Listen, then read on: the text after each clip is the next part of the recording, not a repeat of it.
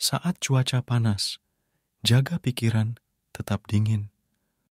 Saat cuaca dingin, pertahankan hati yang hangat. Ajahan Brahm. Pelukan untuk pengemis. Kebanyakan umat Buddha yang taat bercita-cita untuk melakukan perjalanan ke India setidaknya sekali dalam hidup mereka, untuk mengunjungi situs-situs suci yang berkaitan khusus dengan Buddha. Ziarah semacam ini tidak hanya memberi Anda pemahaman yang lebih kaya dan lebih langsung tentang Buddhisme, tetapi juga meninggalkan kesan yang tak terlupakan yang menginspirasi Anda seumur hidup. Ajahn Brahm suka mengatakan bahwa tempat suci Buddha yang sesungguhnya sebenarnya ditemukan di dalam diri kita, yaitu 4 jana atau 4 tahap samadhi mendalam. Namun bagi sebagian besar umat Buddha yang tidak mampu memasuki pengalaman meditasi yang mendalam semacam itu, ziarah ke India masih teramat berharga. Tentu saja, Ajahn Brahm sendiri telah mengunjungi India beberapa kali. Dalam salah satu perjalanan ini, sesuatu yang luar biasa terjadi.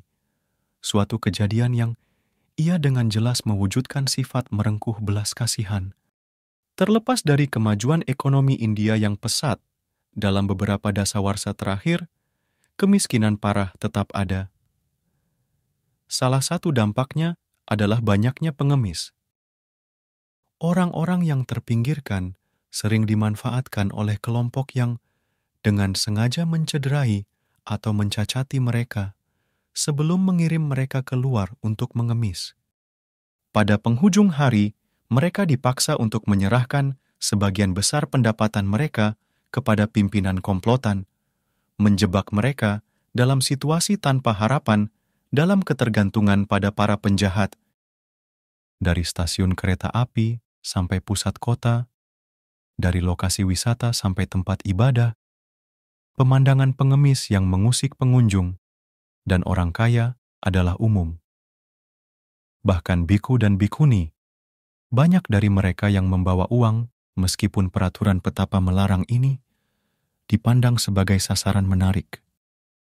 Ajahn Brahm sedang dalam perjalanan ke Bodh Gaya, situs kecerahan Buddha di bawah pohon Bodhi, ketika seorang pengemis mendekatinya.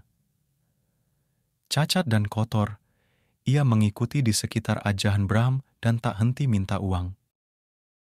Sedikit yang ia tahu, bahwa Ajahn Brahm adalah jenis bhikkhu langka yang mengikuti peraturan petapa dengan saksama dan tidak memakai uang. Tidak mungkin ia akan mendapat uang dari Ajahn Brahm. Namun begitu pengemis ini memilih Anda sebagai sasaran, nyaris tak mungkin menghindari mereka. Sekarang, bagi kebanyakan orang, ini adalah situasi yang tak nyaman dan merisaukan, di mana Anda cenderung bimbang antara iba dan takut, antara kasihan dan sebal. Tapi tidak bagi Ajahn Brahm. Ia suka berpikir di luar kotak. Ketika ia melihat pengemis ini, ia tidak melihat usikan yang berbau busuk, tak terawat, dan cacat. Melainkan, ia melihat sosok manusia.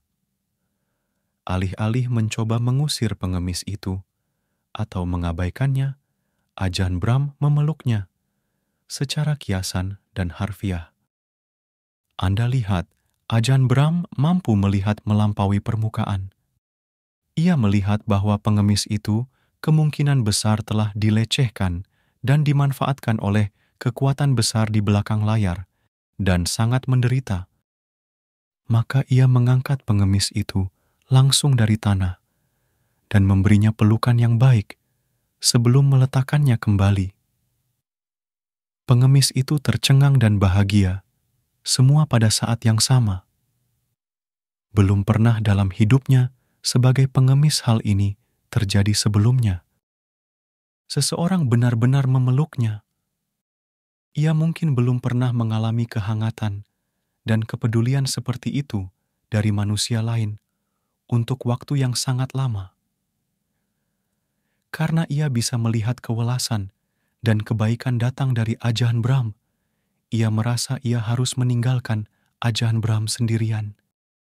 Sepenuhnya tak sengaja, Ajahan Bram telah menemukan apa yang mungkin satu-satunya cara yang bisa membuat pengemis itu meninggalkannya dalam damai. Kewelasan yang ditunjukkan oleh Ajahan Bram melampaui empati. Ia punya niat murni untuk meringankan penderitaan orang lain. Dan ketika pengemis itu berlalu, ia langsung mengalami manfaat yang tak terduga dari perbuatan baiknya. Kebaikan adalah jalannya. Kebaikan bekerja. Jangan pernah meremehkan kekuatannya, bahkan dalam situasi yang paling menantang.